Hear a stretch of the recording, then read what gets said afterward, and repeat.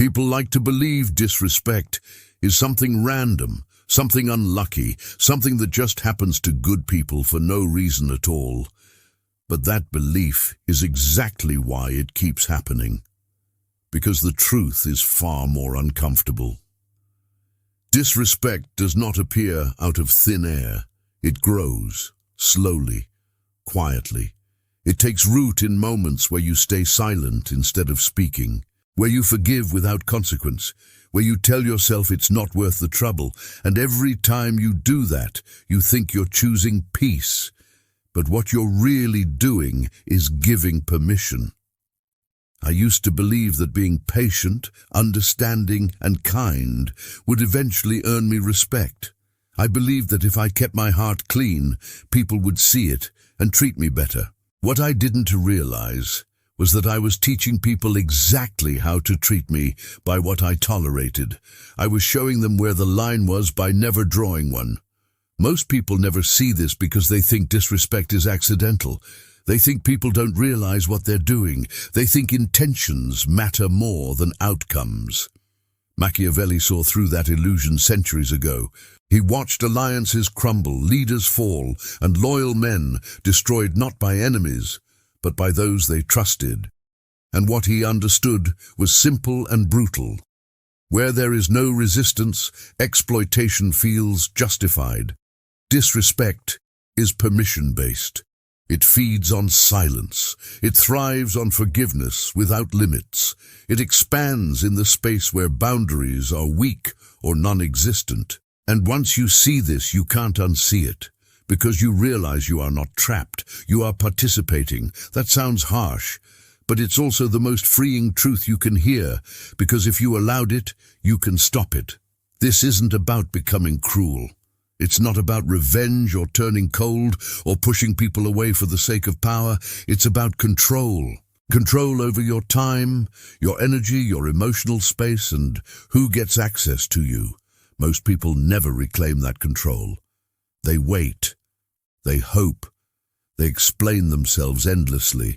They believe if they're patient enough, respectful enough, understanding enough, things will change. They won't. Not unless you change what you tolerate. Every interaction is a test, whether you realize it or not. People are constantly reading your reactions, measuring your responses, and adjusting their behavior accordingly. When you ignore dishonesty, you teach people that truth is optional with you. A lie is never small. There is no harmless lie, because every lie carries the same message. You are not worth the truth. And the moment you feel that inconsistency, that quiet sense that something doesn't add up, and you choose comfort over confrontation, you send a signal louder than words. You tell them manipulation works. You train them to lie better, to lie bigger, to lie about things that will cost you far more later. Machiavelli observed that lies only stop when exposure becomes dangerous. Silence protects the liar, not the relationship. Confrontation doesn't require drama or anger. It requires clarity. The moment you calmly state what you know to be true, the balance shifts. Honest people correct themselves. Manipulators reveal themselves. Either way, you gain information, and information is power. When you allow emotional jabs disguised as honesty, you allow dominance to wear the mask of concern. These comments are never random. They land just hard enough to make you doubt yourself, and just soft enough that you feel foolish for objecting. They shrink you slowly, comment by comment, until you begin questioning your own judgment. Real honesty strengthens you even when it's uncomfortable. Manipulation leaves you feeling smaller, uncertain, and defensive.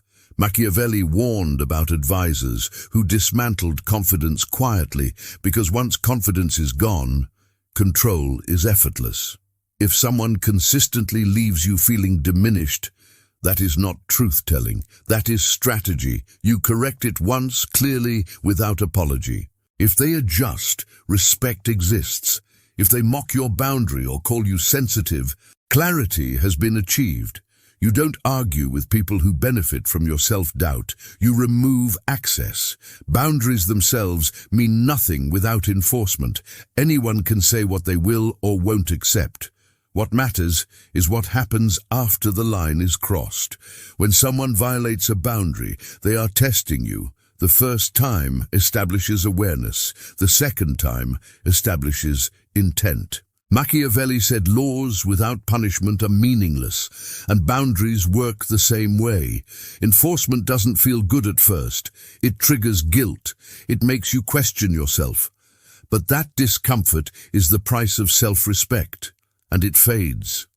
The regret of tolerating disrespect lasts far longer. Time is another currency people steal when you let them. Chronic lateness, broken commitments, endless delays are not accidents. They are statements. They say your time is flexible, expendable, secondary. People are never late for what they value. They never forget commitments that matter to them. When someone consistently wastes your time, believe the message they're sending. You correct it once. If the pattern continues, you withdraw availability. Not angrily, not dramatically. You simply stop offering what they don't respect. People who valued you will adjust. Those who benefited from your tolerance will complain. Let them. Selective accountability is one of the most corrosive dynamics you can allow. When one person's mistakes are excused and the others are magnified, hierarchy is being established. Machiavelli understood that unequal rules create dominance. If accountability only flows toward you, you are not in a relationship. You are under control. These people will never accept equal standards because imbalance serves them. Explaining yourself only drains you further. You don't negotiate fairness with someone who profits from unfairness. You leave. When you raise standards, resistance is guaranteed. You will be labeled difficult, demanding, unreasonable. That reaction is proof your standards threaten a comfortable arrangement. Standards are filters. They remove access. And access is power. People who want to stay will rise. People who benefited from low expectations will try to drag you back down. Let them go. Comfort built on low standards is not peace, it's surrender. And after you finally speak up, after you draw the line, the final test always comes. They test you quietly, subtly, just enough to see if you meant it. This moment decides everything. If you let it slide, disrespect becomes permanent. If you enforce consequences, power is restored instantly. Power is not declared. It is demonstrated. Manipulators don't listen to words, they watch actions. When consequences appear, behavior changes or the person disappears. Both outcomes are wins. Disrespect was never forced on you. It was allowed. And that truth, as painful as it is, gives you complete control. You don't need approval. You don't need to convince anyone. You don't need to explain yourself to people who already decided not to respect you. You act. You protect your time. You enforce boundaries. You withdraw access without guilt. Those who adapt earn proximity. Those who resist remove themselves. That is not cruelty. That is clarity. That is understanding that real power comes not from what you accept, but from what you refuse to tolerate. And once you choose that, once you stop being the person who endures everything and become the person who decides what stays and what goes, everything changes. Because the world treats you exactly the way you train it to. And here is where most people hesitate, because once you understand all of this, there is no hiding behind ignorance anymore. You start seeing patterns everywhere. You notice how often people push just a little more when nothing happens, how quickly apologies lose meaning when behavior never changes, how respect disappears the moment consequences do. This awareness can feel heavy at first, because it forces you to confront a hard reality. Some of the people around you are not confused, not careless, not unaware. They are comfortable taking, comfortable leaning on your patience, comfortable benefiting from your silence. He understood that power clarifies. It reveals intentions. It separates allies from opportunists. When you stop tolerating disrespect, You will lose people, but not the people you should keep. You will lose those who only stayed because you were easy to overlook, easy to delay, easy to blame, easy to manipulate. And in their absence, something strange happens. Your energy returns. Your mind clears. Your decisions feel lighter because you are no longer carrying resentment, confusion, or self-doubt created by unfair dynamics. You stop rehearsing conversations in your head. You stop explaining yourself to people who were never listening.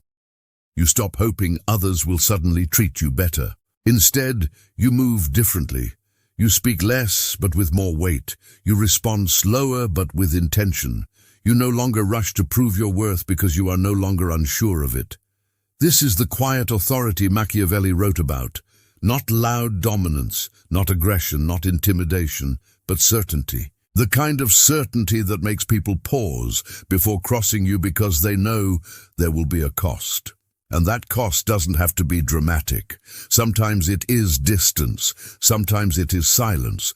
Sometimes it is the loss of access they assumed was permanent. People fear consequences more than words. Always have, always will. When you internalize this, you stop begging for respect and start selecting who deserves your presence. You stop arguing your boundaries and start enforcing them. You stop confusing kindness with self-sacrifice. Kindness without limits is not virtue. It is vulnerability without protection. And vulnerability without protection invites exploitation. This is not about becoming ruthless. It is about becoming precise. Choosing where your energy goes, choosing who gets your time, choosing what behavior earns closeness and what behavior earns distance. That is power. Quiet, disciplined, undeniable power. And once you live this way, once you stop tolerating what drains you and start protecting what matters, you will notice something undeniable. The world adjusts, people adjust, or they leave. Either way, you win, because you are no longer reacting, you are deciding. And that is the moment you stop being someone things happen to and become someone who shapes what happens next. And from that point on, your life stops feeling crowded by noise and starts feeling guided by intention. You realize how much energy you used to waste managing other people's emotions, smoothing over disrespect, justifying behavior that never should have been justified in the first place. That exhaustion wasn't normal. It was the cost of tolerance without limits. When you remove that burden, you don't become colder. You become clearer. You stop reacting emotionally to every slight because you already know what happens next. You know your response. You know your line. You know the consequence. There is no internal debate anymore, no second-guessing, no wondering if you're being too harsh or too much. Certainty replaces anxiety, and certainty is unsettling to people who relied on your hesitation. They will sense it immediately. Your posture changes, your tone changes, even your silence changes. It is no longer empty or fearful. It is deliberate. Machiavelli understood that authority does not need to announce itself. It is felt. When you stop over-explaining, people listen more carefully. When you stop chasing approval, respect either arrives or disappears entirely. And both outcomes are clean. There is no confusion left. The people who remain in your life begin to treat you differently, not because you demanded it repeatedly, but because your actions made the rules unmistakable. They know what happens if they cross the line, and they know you won't negotiate with yourself afterward. That consistency is what most people lack, and it is why they are constantly tested. You are no longer tested because tests only happen when someone believes there is room to push. You close that room by how you move, not by what you say. And here is the final truth most people never accept. Respect is not earned through endurance. It is earned through selectivity. Through knowing when to stay, when to speak, and when to walk away without looking back. You do not need to punish anyone. You do not need to explain your standards to those who already showed you they won to meet them. You simply live by them. You protect your time like it is irreplaceable. You protect your peace like it is sacred. You protect your boundaries like they define who you are. because they do. And when you do this consistently, life becomes simpler. Not easier, but cleaner. Fewer people, fewer problems, fewer compromises that cost you your self-respect. What remains is alignment. Calm, control. You stop asking why people treat you the way they do because you already know the answer. And more importantly, you know what to do about it. You choose what stays. You choose what leaves. You choose yourself without guilt. That is not arrogance. That is mastery. And once you reach this point, something else becomes obvious. Something most people never notice because they never stay consistent long enough to see it. The fear you once had about losing people starts to fade. You realize that many of the connections you were afraid to lose were already costing you more than they were giving. They demanded patience without offering respect, loyalty without fairness, understanding without effort. And the moment you stop supplying those things unconditionally, the imbalance exposes itself. Some people try one last tactic. They minimize what you're doing. They act like your standards are temporary, like this new version of you is a phase that will pass. They wait you out. They assume that if they apply just a little pressure, you'll fold like you always did. This is where discipline matters more than emotion. Because power is not proven in grand moments. It is proven in repetition, in doing the same thing again and again, even when it feels uncomfortable. Especially when it feels uncomfortable. Machiavelli knew that authority collapses the moment inconsistency appears. The second you bend after drawing a line, the line disappears. And people remember that far longer than they remember your words.